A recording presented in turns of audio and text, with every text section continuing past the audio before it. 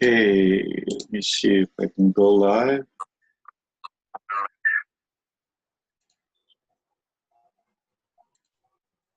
It says now we're live. I'll just verify.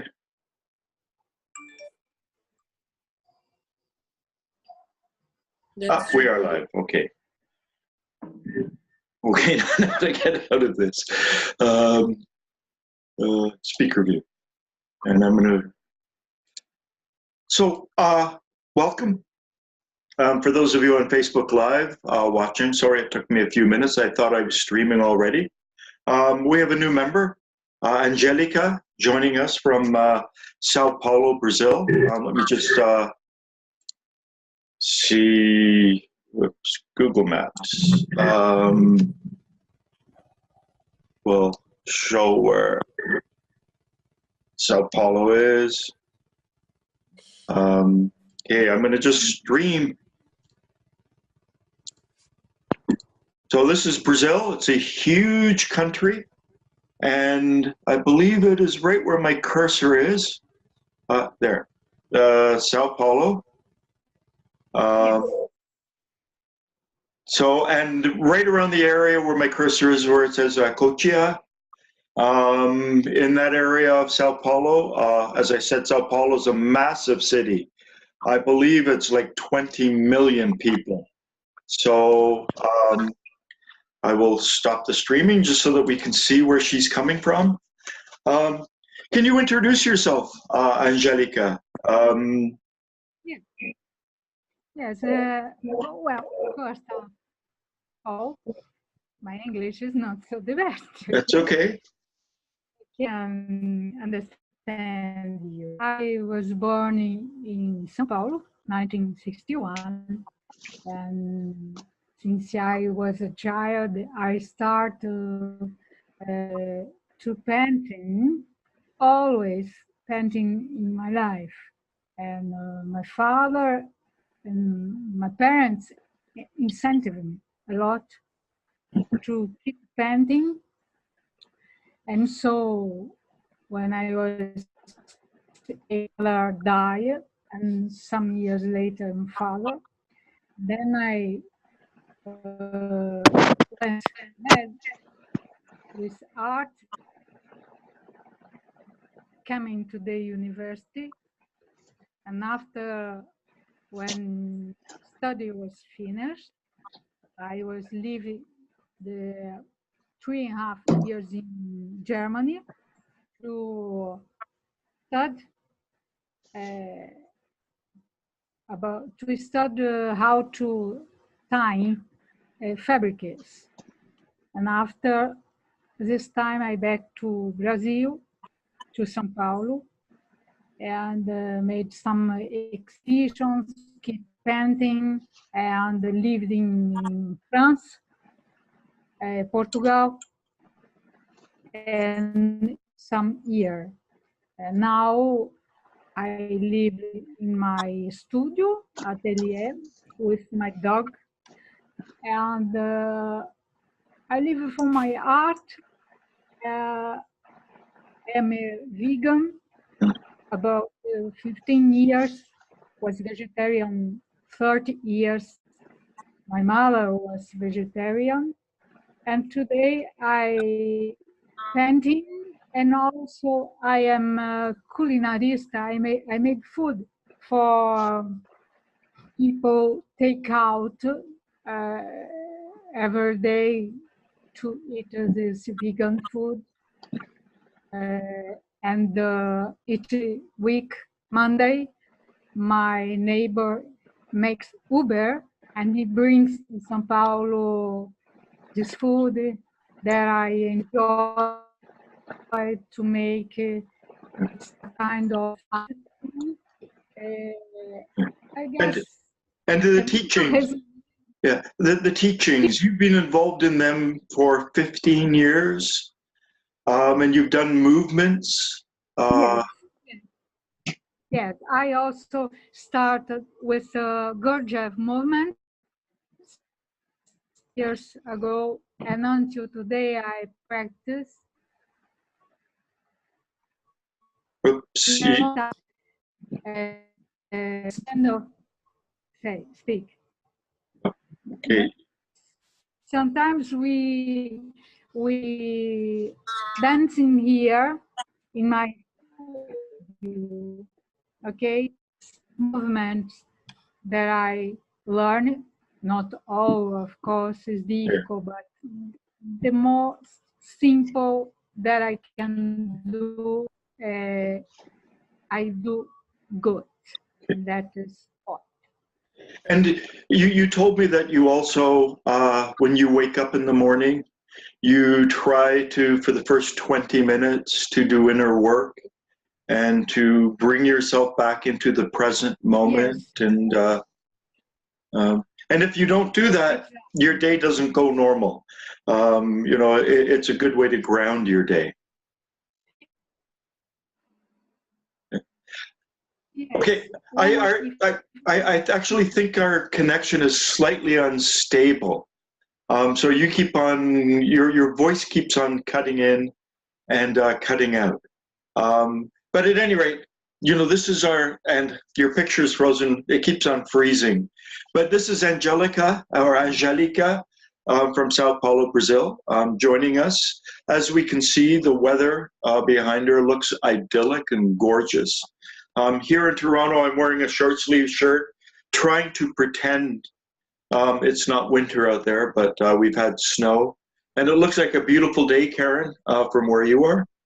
It is. It is. I could show you the jacarandas out there if you want to see them. They're just beautiful. It's raining petals of jacaranda. Okay. My whole patio has snow, but it's purple petals, not cold. Okay. I hope you go out there and as mindful as you can. There's actually a certain energy, a certain vibration that we can pick up from nature. Mr. Gurdjieff recommended going out and really attempting to sense sort of the inner being. He didn't use that word of plants and flowers, that there's a certain quality and a vibration to them. Do you ever do that? Well, I go out a lot. I spend quite a bit of time outside gardening and walking and just sitting out and being in the nature. I have a pretty nice garden here, so it's, yes, I mean, I wouldn't say I do it in those exact words, but commune with nature, yes. Yeah. Sana, coming from Istanbul, how are things on that side of the planet in the Middle East? Yes, it got a little bit warm, but then since 3 days it was so windy and so cold again. But I think this is the end of the winter. We're coming very soon to spring. Okay. Ian, what's it like there? Have you looked outside even? He's the earliest one. It's 7:30 in the morning for Ian, and I think it's late afternoon, early evening for Sona, just based on our time zones. It's beautiful here. It's been spring, lovely spring weather mostly for a week. We've had a few days of rain, but for Portland, that's unusual. That's such a small amount of rain. Yeah. All the flowers are blooming, it's warm, the sun's out. The sky's mostly blue. It's very nice. I'm just sorry for people on. I just don't know if I've at this broadcast, but just a second. I'm going to share the screen again with Mr. Gurdjieff's vow. Just not sure if we were broadcasting on Facebook. This was a vow that he gave to one of his French students during the Nazi occupation of Paris. And to me, it sums up the work. I wish to be. I can be. I have the right to be. I have the ability to be. I swear to myself that this will never be for my personal profit, but to help others. I wish to be to help others.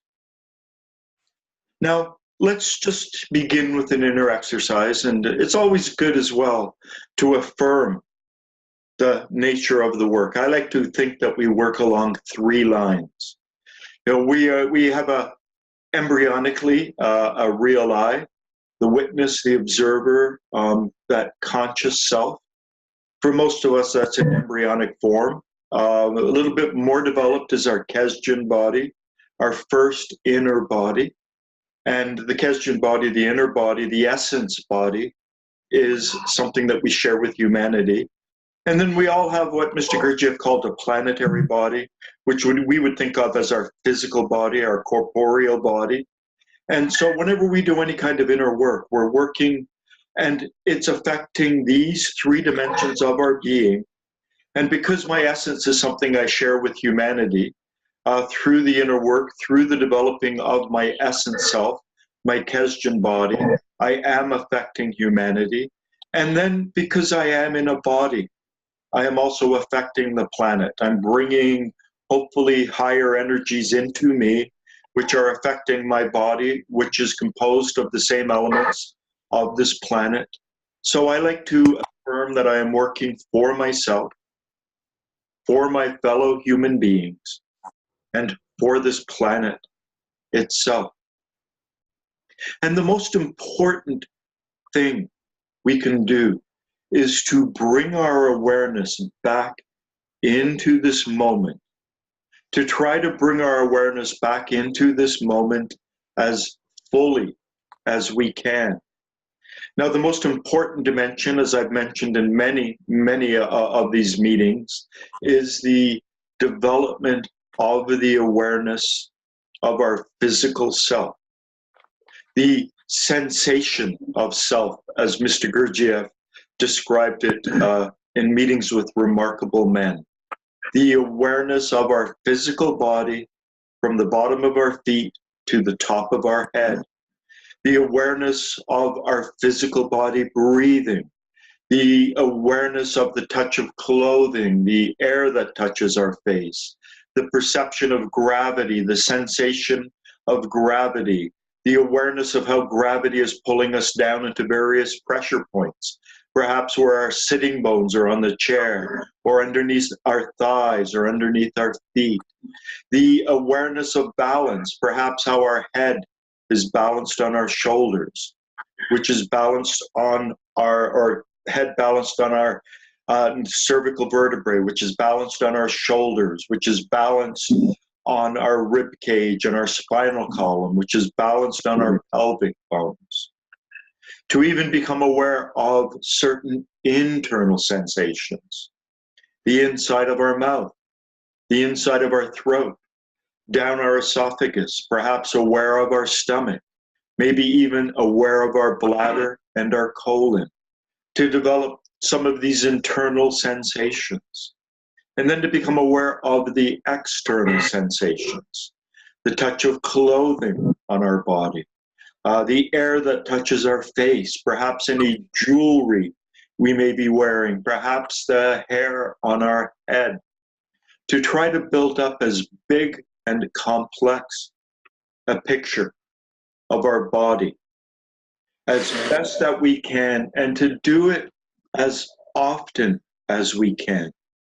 One of the affirmations on the study house wall at the Prieuré in Fontainebleau, Paris, where Mr. Gurdjieff had his institute, was remember yourself always and everywhere. So it's a very good idea to do exercises in the morning. On the Gurdjieff Group of Toronto YouTube channel, and as I mentioned before, I've got one called the morning sitting, which is like a 23-minute exercise. That's an ideal way to begin the day. And if you do this at the beginning of the day, you will notice that your ability to be present as fully as you can to the limits of your ability will increase throughout the day. But the goal is not to separate this ability to be here in the moment, not to just turn it into a task that we only do in the morning, but to do it wherever we are, wherever we have the presence of mind to do it, wherever we have the energy that is required in order to enter into the present moment, enter into the mindful state. And so these teachings have sort of two components, or three. Actually, one is to learn what we are, to figure out ourselves. You know, there's certain elements that are machine-like, to figure out our likes, our dislikes, to figure out our emotions, to see where we're leaking energy, to get a comprehensive understanding of who we are. And another dimension is, once we have a certain degree of understanding of who we are, to begin to save some of the energy that we are wasting. And one of the ways we can save this energy is through the use of will tasks. We can set ourselves will tasks, and that's what I'm going to explain later.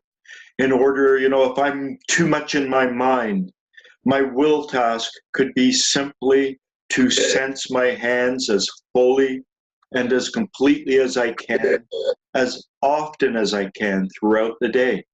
Or to sense my hands as I open a door, or to sense my hands as I reach for the keys in my pocket, to use the decision exercise to help us to break free from certain mechanical behaviors, from elements where we're not really here in this present moment. But as I said, our goal is to be here as fully as we can. So let's do the J.G. Bennett 60-point exercise. So this exercise, and I'm just going to mute all the participants. This exercise begins at the very top of our head. And I like to do it by breathing in awareness and then breathing out tension. So we breathe awareness into the top of our head, and then we breathe out tension. And then breathing awareness into the right side of our forehead and breathing out tension. This is also a relaxation exercise. So breathing in awareness to the right side of our nose and face, and breathing out tension to our right ear and the finer muscles in the right side of our head, the right side of our mouth and jaw,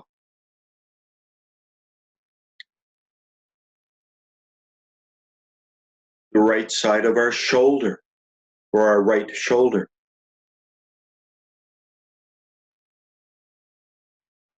our right upper arm and elbow,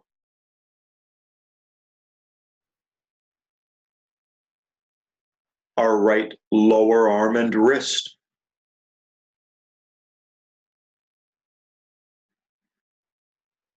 the palm of our right hand, our right thumb, index finger, middle finger,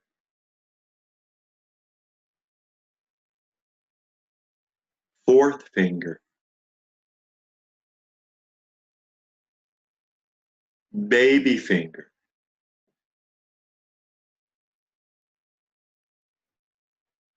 the top of our right hand.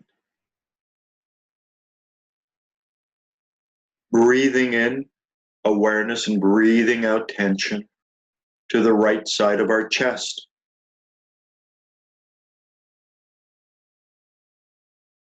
The right side of our midriff and abdomen.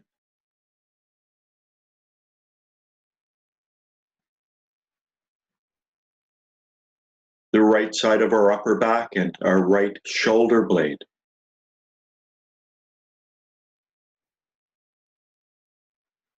The right side of our lower back.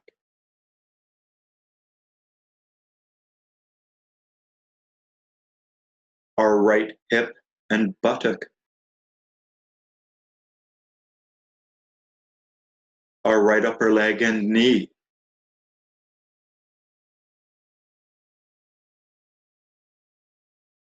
Our right lower leg and ankle. the top of our right foot.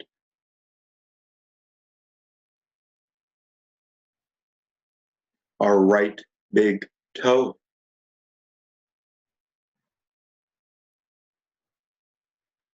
Our right second toe.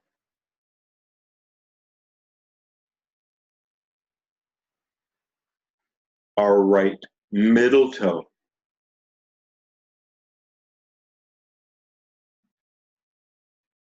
And this is always the hardest for me, our right fourth toe.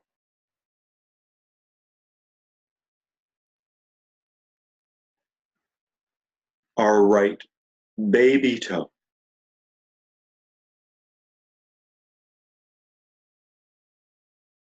The bottom of our right foot. And then reversing this process and breathing in awareness and breathing out tension from the bottom of our left foot.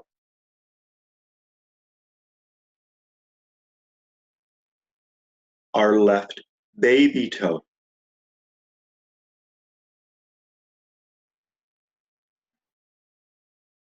Our left fourth toe.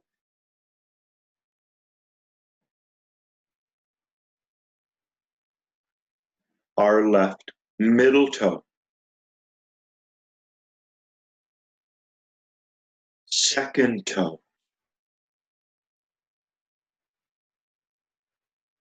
Our left big toe. The top of our left foot.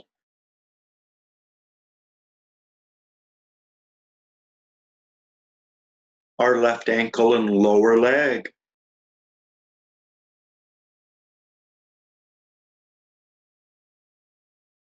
Our left knee and upper leg.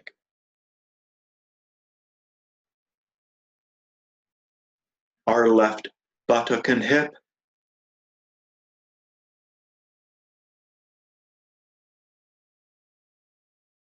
The left side of our lower back.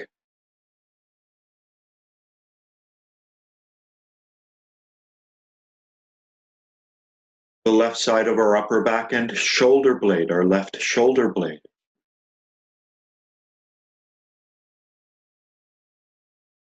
The palm of our left hand.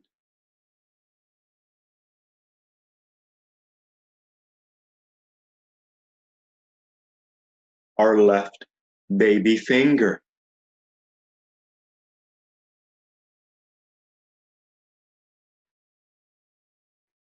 Our left fourth finger.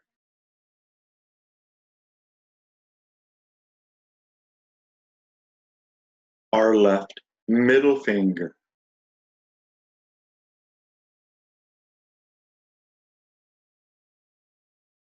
Our left index finger.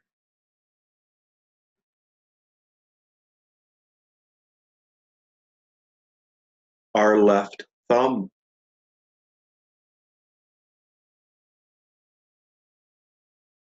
The top of our left hand.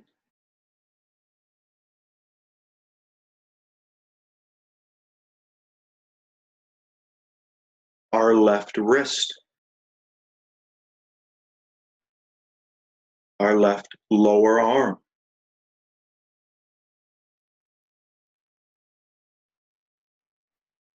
Our left elbow and upper arm.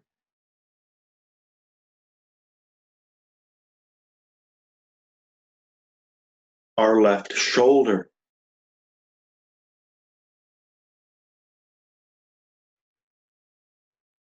The left side of our jaw and mouth.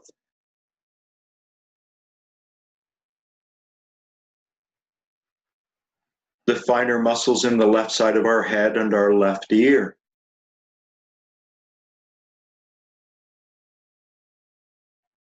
The left side of our face and nose.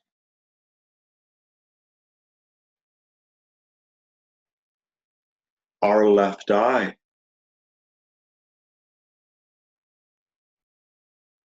The left side of our forehead.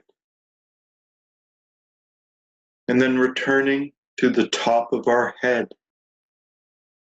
And as I said, this is in a sense, partially a relaxation exercise. Mr. Gurdjieff said that to do any kind of real inner work, it's important to relax the body. He also said it's important, if we're going to relax the body, to do it from the top of the head down. So let's just do it from the top of the head. Relax the top of the head, relax the forehead, the eyes, relaxing the nose, face, ears, muscles in the sides and back of the head, relaxing our mouth, jaw, our throat and neck, relaxing our shoulders, relaxing our upper arms, our lower arms, our hands and fingers, relaxing the upper part of our torso, our chest and upper back, our midriff and our midriff and abdomen and our middle and lower back, relaxing our hips and buttocks, relaxing our lower legs, knees, our upper legs, knees, lower legs, our feet and toes. And then let's do Mr. Gurdjieff's filling exercise. As a vessel fills with warm golden honey, begin to fill with sensation in the bottom of your feet, and then filling with sensation from the bottom of your feet, and fill your whole feet with sensation. And then fill with sensation from the bottom of your feet up to your ankles, up through your ankles, into your lower legs, up into your knees, up through your upper legs to your hips, up to your lower torso, middle torso, shoulders, up through your hands, your wrists, your lower arms, elbows, upper arms, filling with sensation from the bottom of your feet all the way up to your shoulders, then up through your neck, and then up through to the top of your head, sensing your whole body as one, developing the sensation of self, this awareness that is the most important awareness we can have, because it's a preliminary awareness. All of the other inner exercises are all predicated on the ability to sense the body. Now, we've broken it down into a number of steps. J.G. Bennett's 60-point exercise, going down one side of the body, up the other, as well as relaxing from the head down to the feet, and then filling with sensation from the feet up to the head. These are all like training wheels. The goal is to, in an instant, be able to develop that sensation of self, so that when you're walking down the street, standing in a line at the bank, sitting in your car at a traffic light, that in a moment, you can develop the sensation of self. And when you begin to develop the sensation of self, when you can summon it in an instant, these preliminary exercises are not quite as necessary at that point. It can be a good idea just to go through them, to isolate those points in the body, to become aware of yourself filling with sensation. I remember the first time I was led through that awareness of filling with sensation. It felt almost impossible to do. And then recently, I listened to a recording of it, and it was amazing how in a couple of decades that separated, my first doing it and doing it recently, that I was able to fill with sensation. It was like a muscle, an ability that I developed.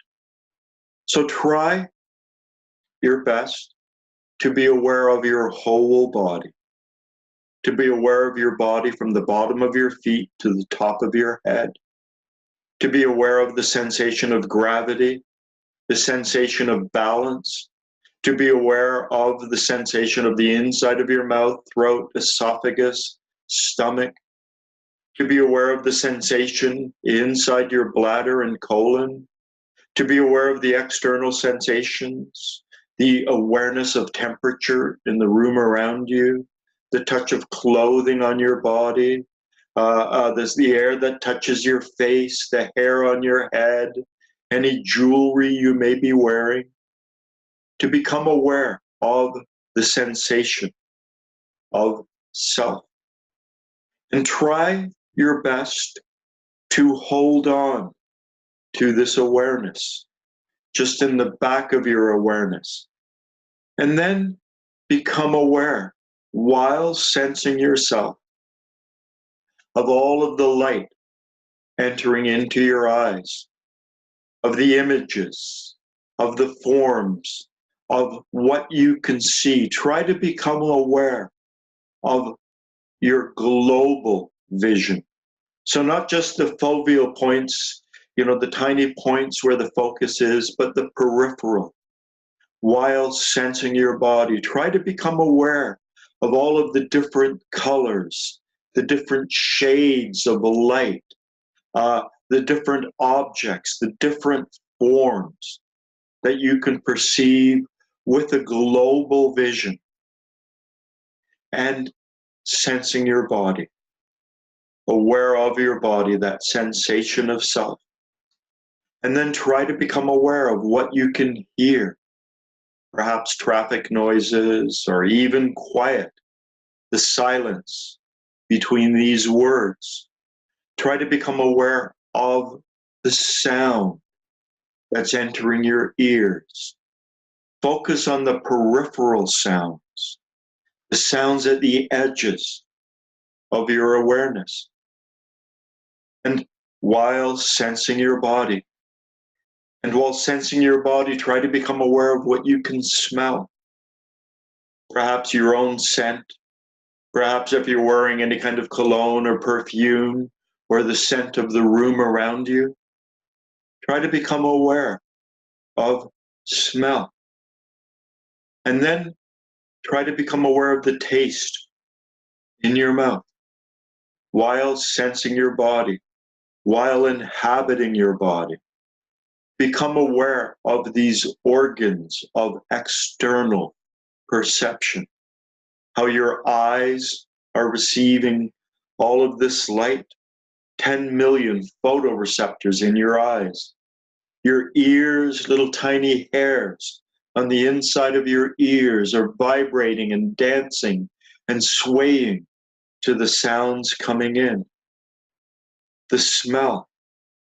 We've got all of these olfactory receptors up in our sinuses, picking up the sense of smell, the taste in our mouth, while sensing our body.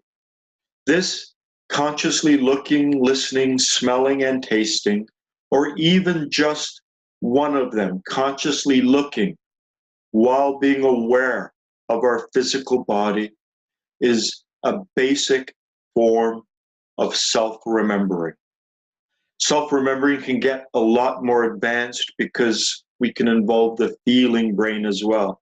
But even just consciously looking while remaining aware of our physical body is a form of self-remembering.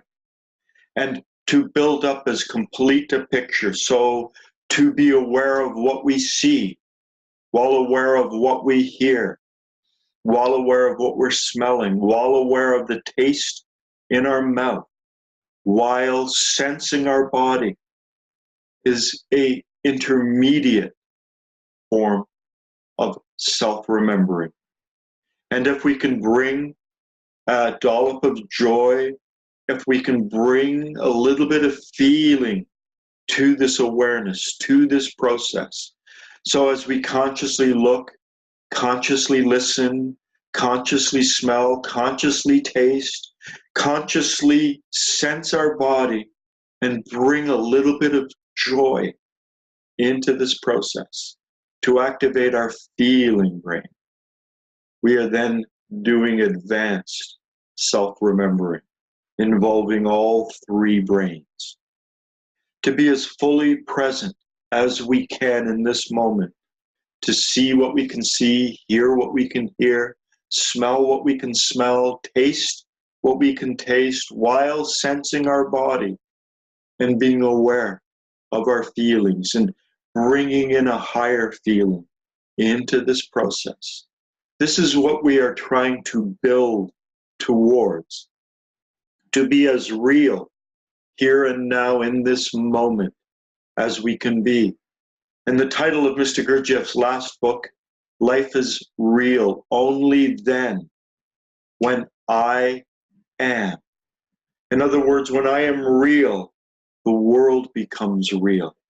When I am real and I'm not thinking and I'm not filtering things through the internal dialogue, when I am as perceiving as cleanly and as clearly as possible through my eyes, ears, nose, taste buds, through the various sensory receptors in my body, and through my feeling brain, this world becomes real. So, the atmosphere. Mr. Gurdjieff said that it's important, it's a good idea to finish inner work by doing the collected state exercise. And we can think of the atmosphere. He used the word atmosphere. As the earth is surrounded by an atmosphere, so too are we surrounded by an atmosphere. Now we can probably use other terms, aura, auric field, energy field, some kind of field of energy around us. Our sense of self, our self doesn't just end at the surface of our skin, it extends outwards. I remember when my son was 17 years old. So this is, I think he's 26 now. I got some coat hangers, the metal coat hangers, not the kind with the paint on them, bent them into the right shape, and we went dousing. And it was a beautiful summer's day.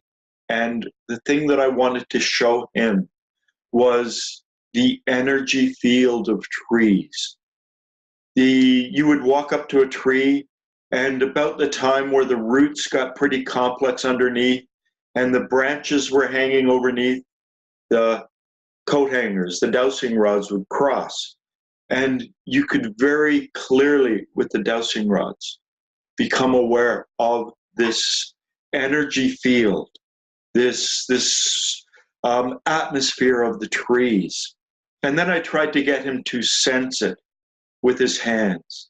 Those of you who have ever done any Reiki or tried to learn Reiki, to develop the sensation, that awareness of your hands, and to use that to become aware of the energy field of trees.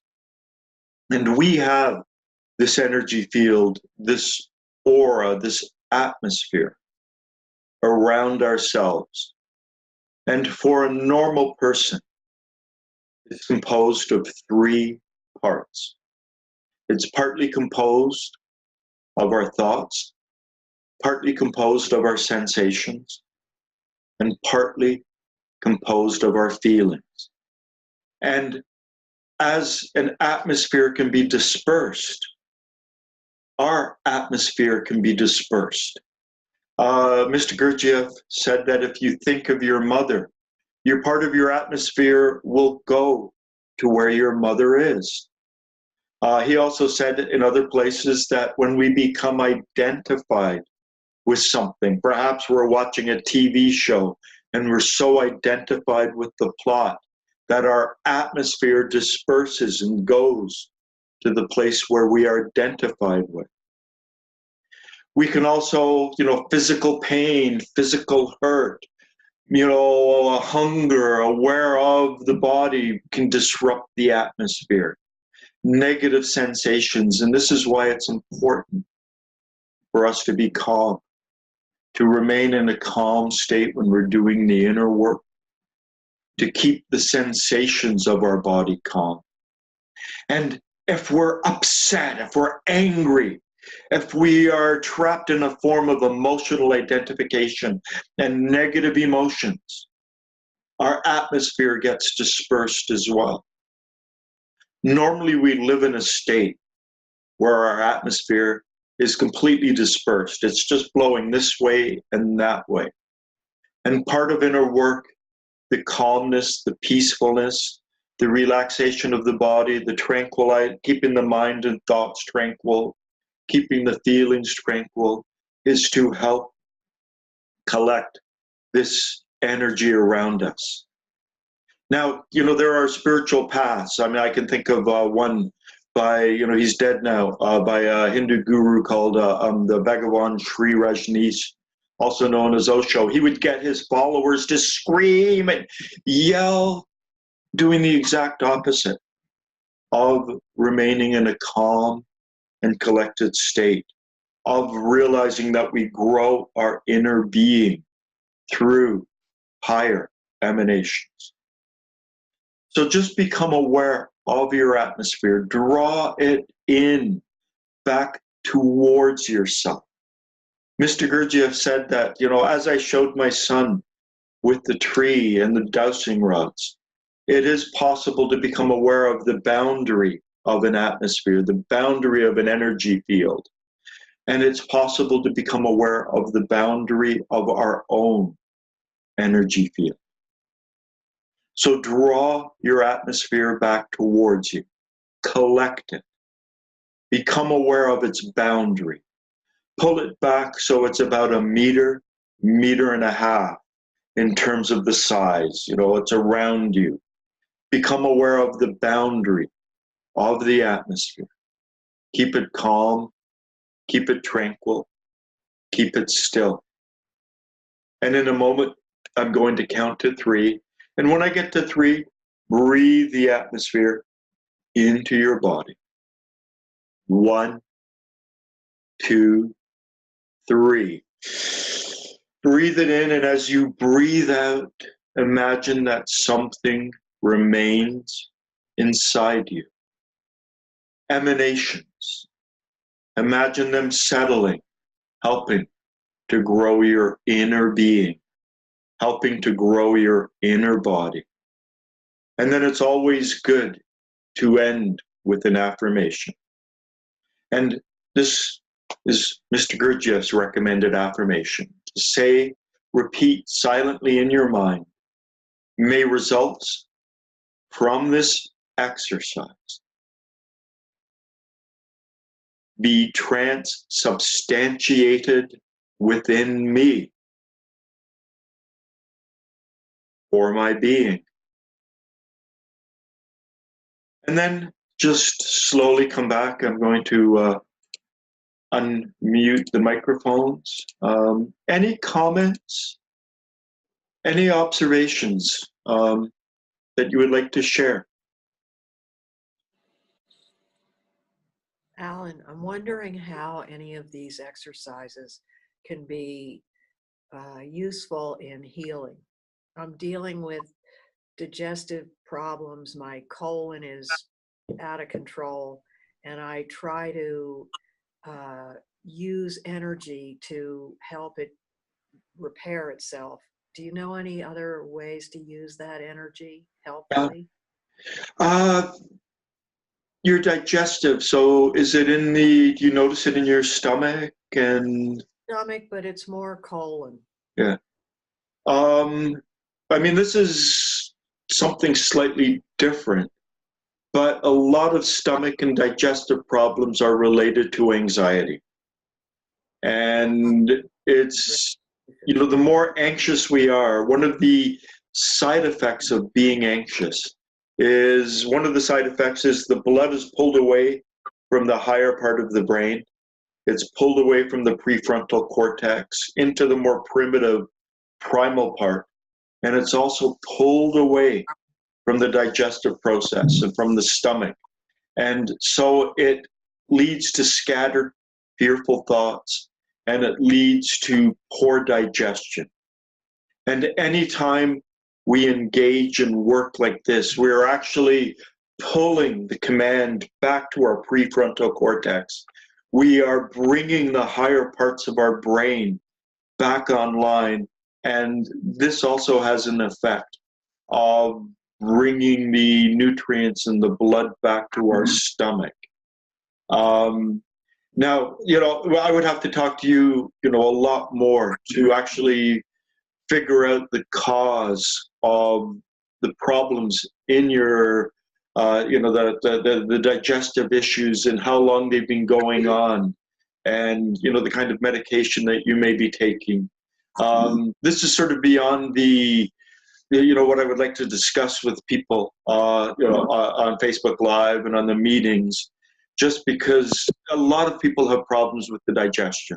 A lot of people have something wrong with their stomach, and often it is the result of a life spent in a very low level of anxiety. There is a man by the name of Joe Marshalla, and he did a 3 series of videos. I watched them years ago about mind control, and he said mind control comes from within ourselves. But in the videos, in one of the videos, he talks about how PTSD, or not PTSD, BPD, borderline personality disorder, is characterized as 8 negative thoughts, or 7 negative thoughts to 1 positive thought. I can't, that's so bad, and look at this, and look at that. That's anxious thinking. He said that PTSD is defined as 4 negative thoughts to 4 positive thoughts. And to be properly healthy, it should be 7 positive thoughts to 1 negative thought. And he said that the research that has been done on our society shows that we are in a state of PTSD, that the average person has 4 negative thoughts to 4 positive thoughts. I know that a few years ago, about 5 or 6 years ago, I noticed when I was watching a television program that the program was designed to control my emotions and put me into a stressful state. It was, I forget the program, it was one of those, adventure, excitement, chasing and whatever programs that, are normal, even hospital programs, law programs, all of those things. They're all designed to increase the adrenaline and norepinephrine and get us into a state of anxiety. And I stopped watching TV at that point. I didn't want television programs and the people who create them to control my feelings. I wanted the control to come back to me. Recently, on Facebook, a friend of mine messaged me, and she was in a rough state. And she mentioned 2 things that had happened recently. And it's Lent. We're right in the middle of Lent. I go vegan for Lent, and this year, and most years now, I go completely on a news fast. So I understand there have been some nasty things that have happened in the world in the last 3 weeks, but I'm completely oblivious to them. The other day I was walking down the road and I saw a news box and I saw a picture of Donald Trump. And I was about to go and read the headline, and then I just thought, I'm on a news fast. I don't care. And it's amazing just how much more peaceful I feel, not focused on the news, not focused on the atrocities that are going on in the world, not focused on the headlines. We live in I don't have a TV, or okay. I don't get involved in all that. So But have you? This can be something long-standing as well. Long-standing habitual anxiety that have been felt over decades, even at a low level, will ultimately have an effect on us. So, just reading news and hearing about bad reports and walking down the street a little frightened, a little nervous can have these effects. And, this is one of the reasons why I believe Mr. Gurdjieff said relaxation is absolutely essential. The ability to enter into a relaxed state is, in a sense, the first requirement of doing inner work. I was really lucky. This is something that I've never had to struggle to do. And with my clients and with people that come to my meetings and people that I've met, I realize more and more that I was somehow really lucky in being able to do this, because people walk around holding on to a lot of unconscious tension in their body, unconscious tension in the thoughts and the way they think, unconscious tension in their emotions. And you do this for a whole lifetime. And it's like plumbing in a building and turning the water pressure up. Somewhere a leak is going to form, something is going to burst. And so without knowing more, and with, you know, I don't want to go personal, I don't want to delve into your life, delve into the circumstances. Now, the other thing, this is the general understanding of anxiety. Anxiety generally leads to a scattered thinking, a fearful thinking, where we're not able to be present, where we're a little bit more concerned and alert with the environment. You walk into a room, 10 people are in the room, 9 of them are smiling, 1 of them is frowning and looking at you like you're a monster, and you only see the one person. That's what you focus on. You ignore the other 9. You walk out of that room and think it was a pretty hostile room. You walk down the street and you see things that are wrong. You see garbage, you whatever, as well as the internal tensions in our body, holding on to muscular tension, trying to keep your body protected, the anxiety and the feelings. This over a lifetime will have an effect. And you can see anxiety etched on the lines on certain people's faces as they get older. So this could be a part of a lifelong process of just having anxiety at a low level and not even realizing it, or it could be something else entirely.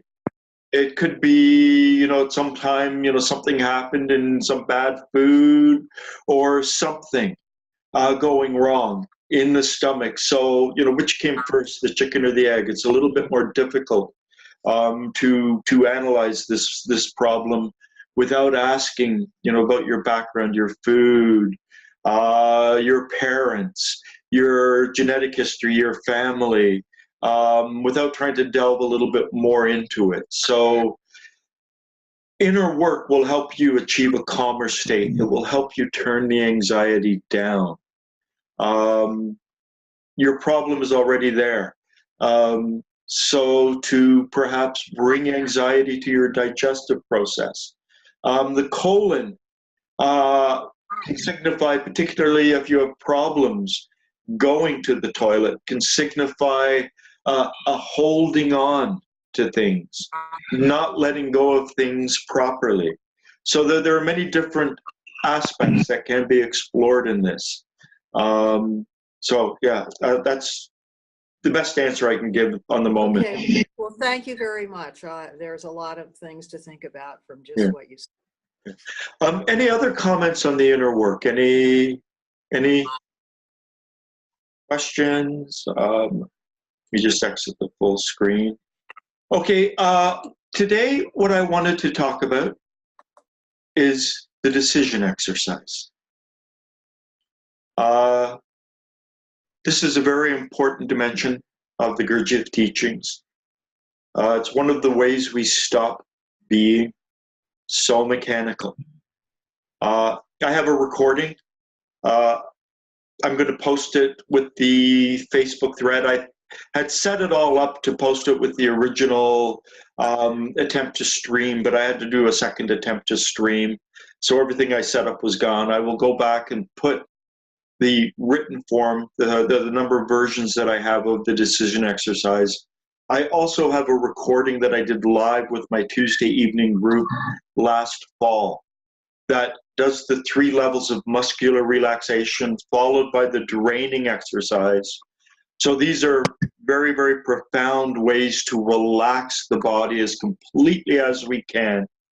And then I finish, I think the last 6 minutes of the recording is the decision exercise. So, Mr. Gurdjieff, I will bring it up now and go through the various elements of the decision exercise. So we spend most of our waking lives in a slumbering state ruled by habits and routines. Therefore, the purpose of this task is to help you momentarily wake up and become more conscious by training yourself to break free from one of your normal, routines. This one comes from Mr. Gurdjieff. It's found in Paris Talks, decided in this special state. So this is the essence of the decision exercise. First, you must learn to relax, to become quiet. Second, once that is done, think and give yourself the task of making a program to accomplish what you have decided to do. Of course, you will lose this state. You will again become the slave of your associations. But what you decided in this special state, take it as a task, as a service. Third, you must never believe in yourself, in your ordinary state. You justify yourself, you believe in yourself, but you must not. You must not forget how you decided on your program, what state you were in.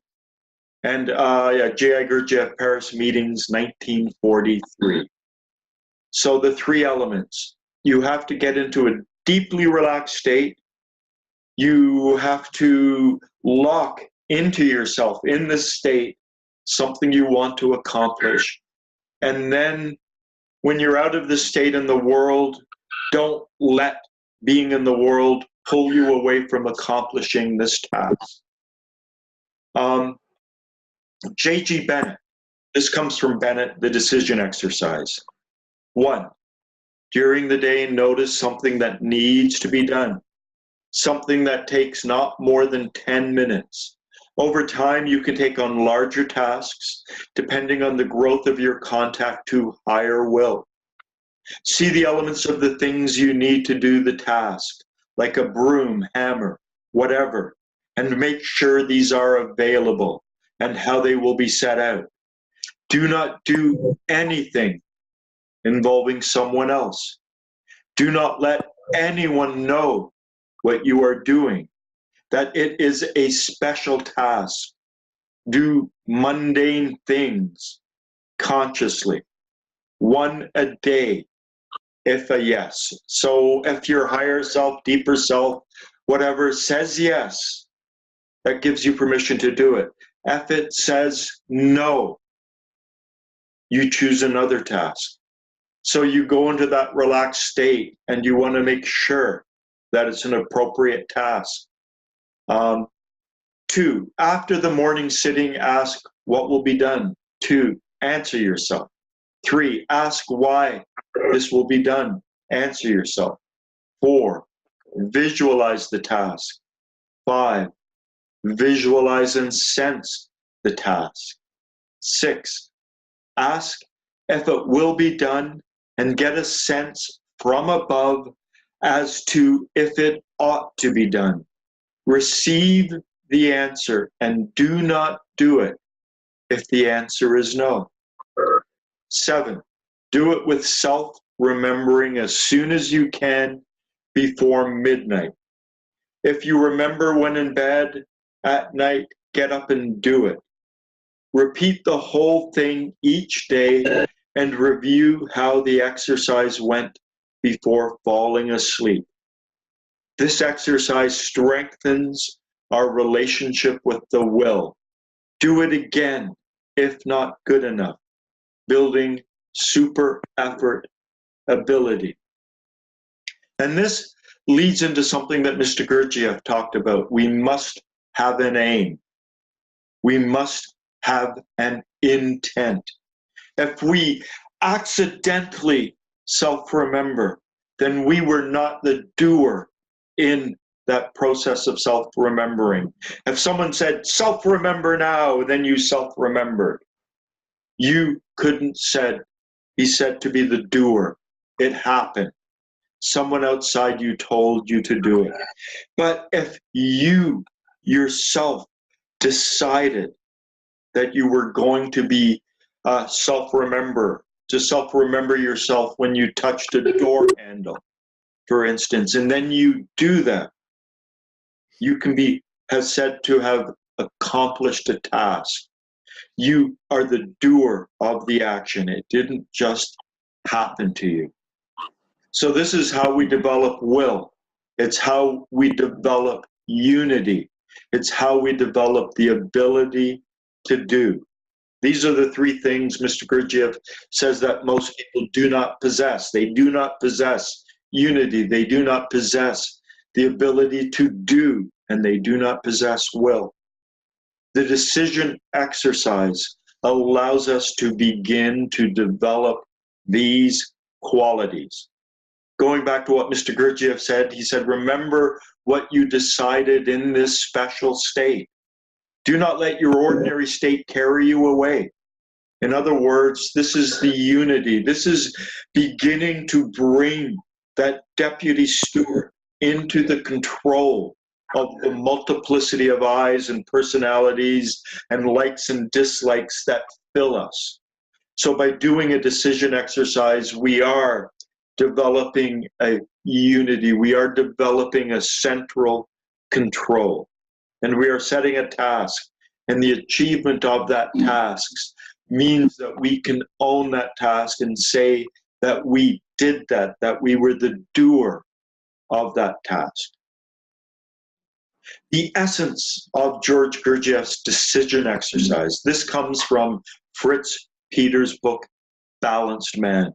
And Fritz Peters didn't set out to meet Mr. Gurdjieff.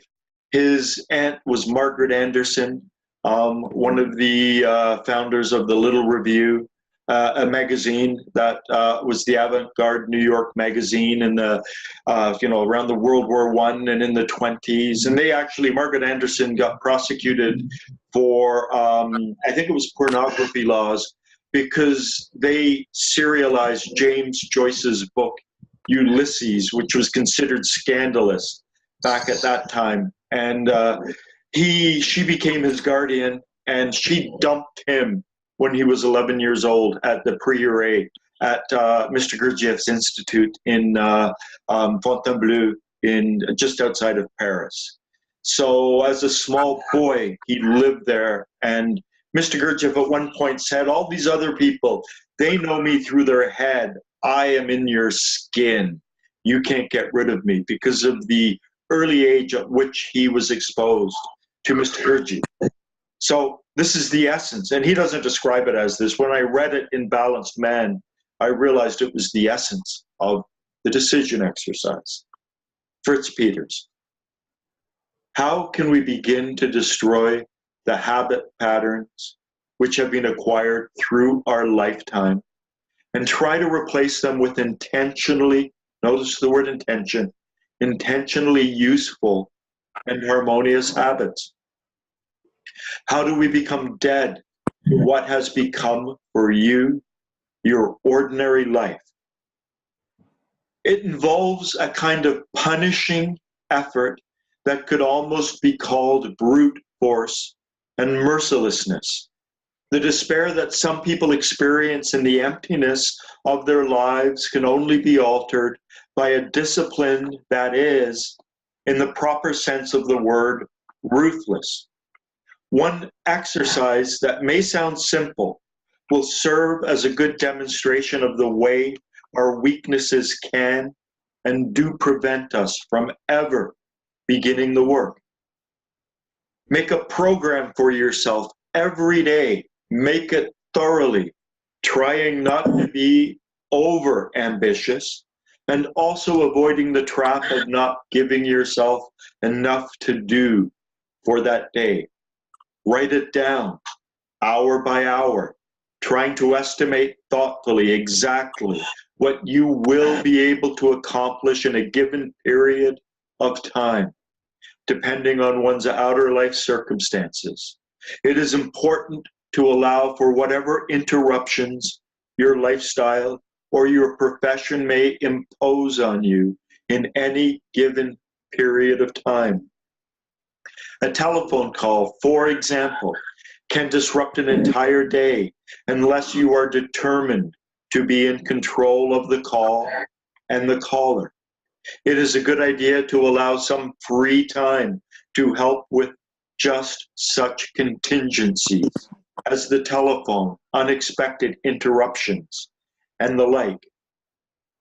At the end of the day, review in detail exactly what you did do as opposed to what you set out to do, and don't be depressed by results.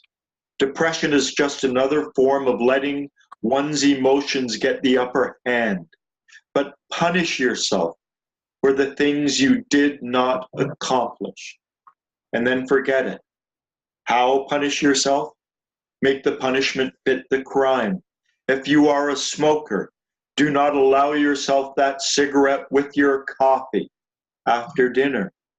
If you drink, skip the evening cocktail, but do these things consciously in the knowledge that you are giving up these small but necessary pleasures because you have failed in something you set out to do. Punishing yourself in this way may sound childish and even idiotic, but remember that what you are dealing with, the mechanism that is you, is like a child who has acquired messy habits and who behaves, in general, completely unconsciously. Children are, or at least should be, punished for infractions of the general rules of life which make life bearable among other human beings. In this case, you are the child. The exercise can be boring and seem useless, and it is important not to expect results. Expect what you get and learn how difficult it is to discipline the machine. It may not sound very esoteric or occult to perform this sort of seemingly mundane exercise, but it will do a great deal more for the eventual discipline of the body, not to mention the emotions and the mind, than any amount of prayer or meditation. And here, there are a number of important,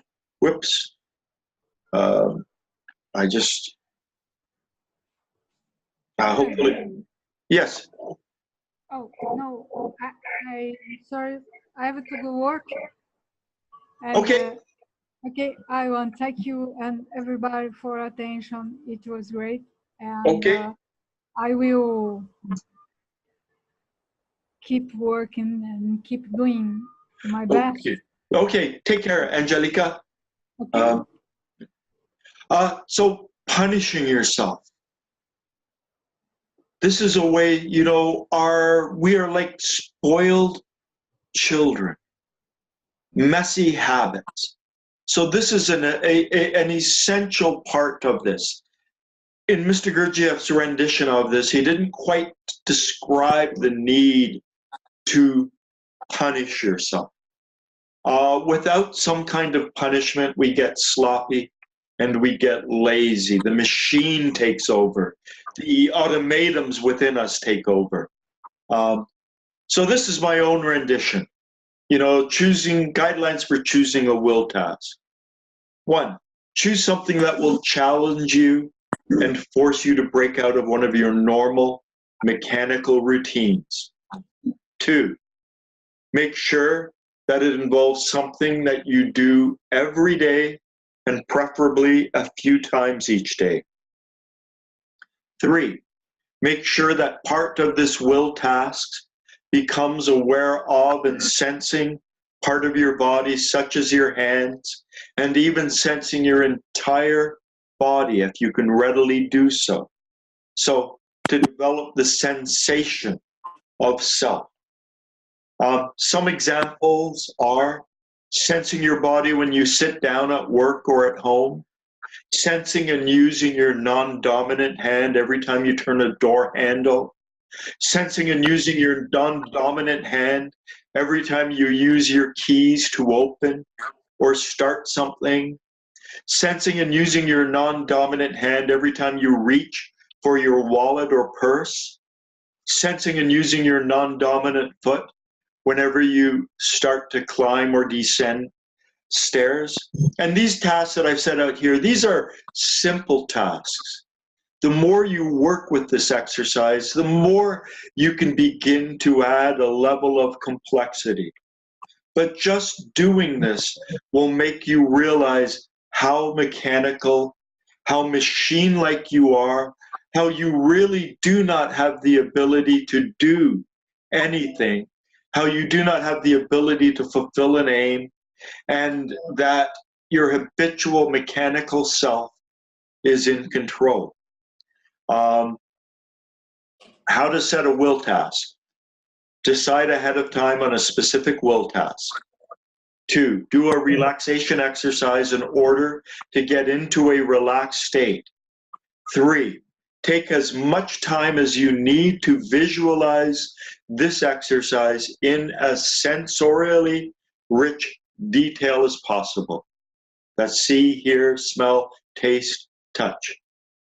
For example, perhaps use your visual imagination to see your non-dominant hand reaching for a door handle, while also imagining that you can hear the sound of the door mechanism opening, and imagining you can smell the scent of the hallway or room, and imagining you are sensing your palm and fingers gripping and turning the door handle, locking this will task into your subconscious with all your senses.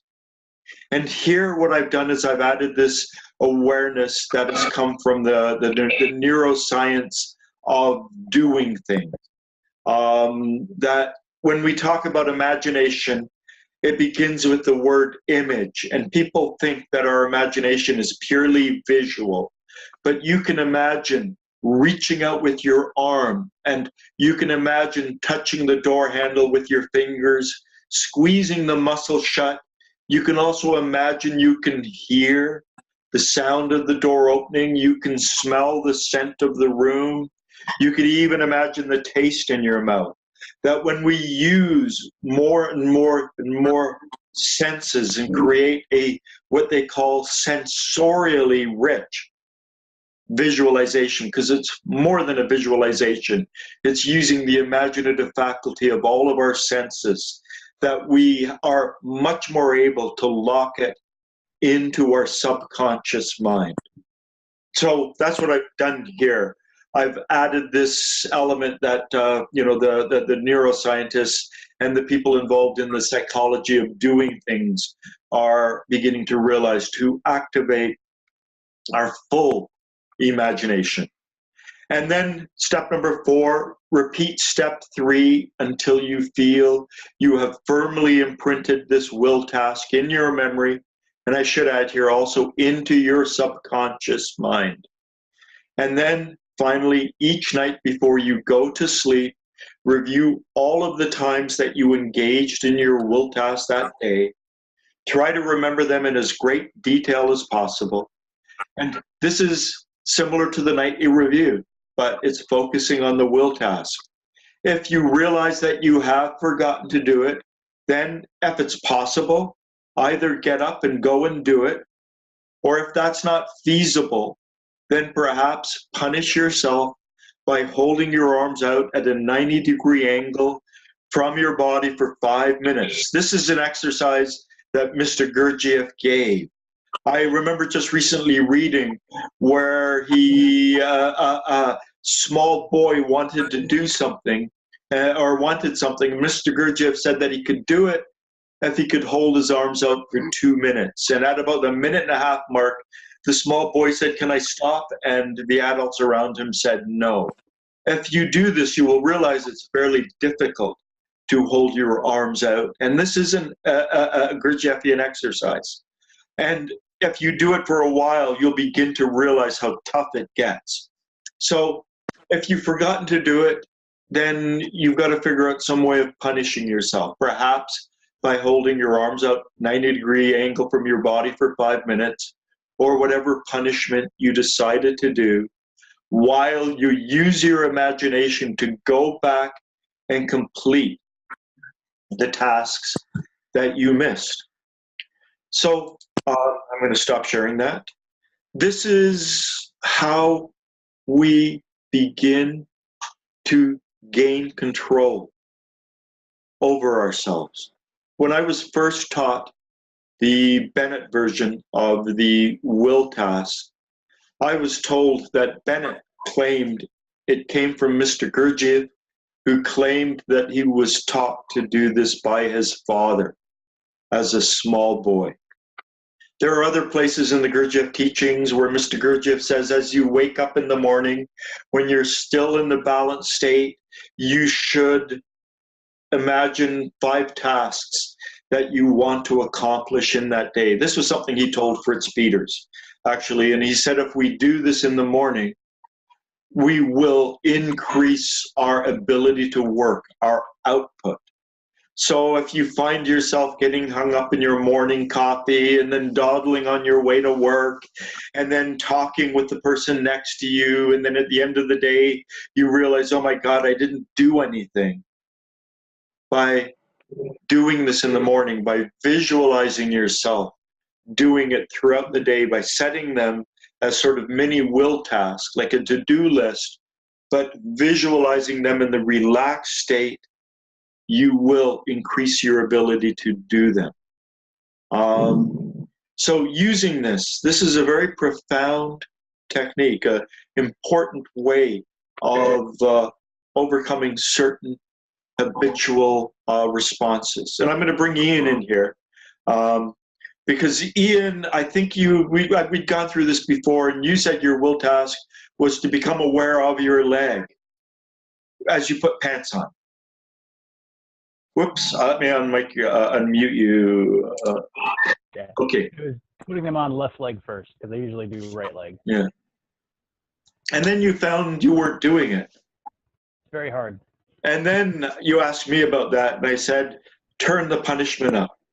Because I was doing the arm thing, and it didn't seem to be clicking, so.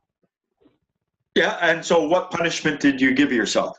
So it was when I get in the shower in the morning to start it off cold. And that was enough, right? Yeah. So, you know, I think, you know, I hate cold showers. And I've been thinking of using that as a punishment for myself. I'm thinking of setting up a will task. And that was one of the things I was thinking, because I hate cold showers. So to find something that, you know, you don't want to hurt yourself, but you don't want to go, yeah, 5 minutes, no problem. You want to get to that point where there is a real punishment involved, where you feel that. And you know, this goes back to also something that Mr. Gurdjieff says about parents. He says it's very important for a parent to discipline and punish their children. And he said it's really important for a father to discipline and punish his daughters, because they've got to learn as children. And it's better to learn as children than to learn outside in the world. There's a story in Thomas and Olga de Hartmann's Our Life with Mr. Gurdjieff, where Mr. Gurdjieff actually saved Olga de Hartmann's parents' lives. They were in Russia, and he said, get them out now. And she got them out, and within 6 weeks, they would have been rounded up and probably shot by the Marxist-Leninists, the people in control of the country then. And at one point, Olga de Hartmann's father, who was in charge of a bureaucratic ministry, so he was the top-level bureaucrat, was at the prieuré, and Mr. Gurdjieff was just screaming and yelling at Olga de Hartmann at that point, who was his secretary and his right hand at that point. And Olga de Hartmann's dad comes along and goes, "What are you doing? How can you do this?" And Mr. Gurdjieff said, "I'm teaching her things that she should have experienced as a child, but didn't. And we have to have both good impressions and bad impressions." And so he was bringing the discipline because her father spoiled her as a child. And so he was implying that he was having to do that later in life. And this is a way of doing it for ourselves. This is a way of being our own parent and recognizing that our habitual mechanical state is like a little child, and developing that. Any comments? Anything else that we want to talk about? Whoops. There, just trying to quickly before we go. Well, we don't have a lot of time, so I doubt we can really get into it, but I did have a question. I came across a sort of a clipping from In Search of the Miraculous where Ouspensky's talking about self-remembering. It's posted in one of the Facebook things I'm in. And he says, you know, there's the quote from Mr. Gurdjieff about none of you notice the most important thing from self-remembering, that it remembers, you do not remember. There's no I in it. Yeah. And that really stuck out to me this time. Like, what is the difference between it remembering, it observing, it noticing, and I noticing, I remembering? The other reason that kind of stuck with me is he also mentions the double pointed arrow. So you're noticing the outside and you're also noticing yourself. Yeah. And he said that the outwardly pointing arrow can be either on an object outside of ourselves or inside of ourselves. So you know, we can notice a sensation or an emotion, I guess, but where is the other end going? And Okay. In Search of the Miraculous, in Ouspensky's version of self-remembering, that has caused more confusion and more problems with understanding the nature of self-remembering than anything else that I know of. There are certain words he uses inappropriately, the word feeling when he really should use the word sensing. And I don't think he fully has an understanding of it. Maybe this is what I'll talk about next week. I will actually get that section from In Search of the Miraculous. I know I made comments on it and posted it to various groups years ago, talking about some of the flaws and problems in it and sort of explaining the correct way of doing it. Maybe that will be the theme for next week.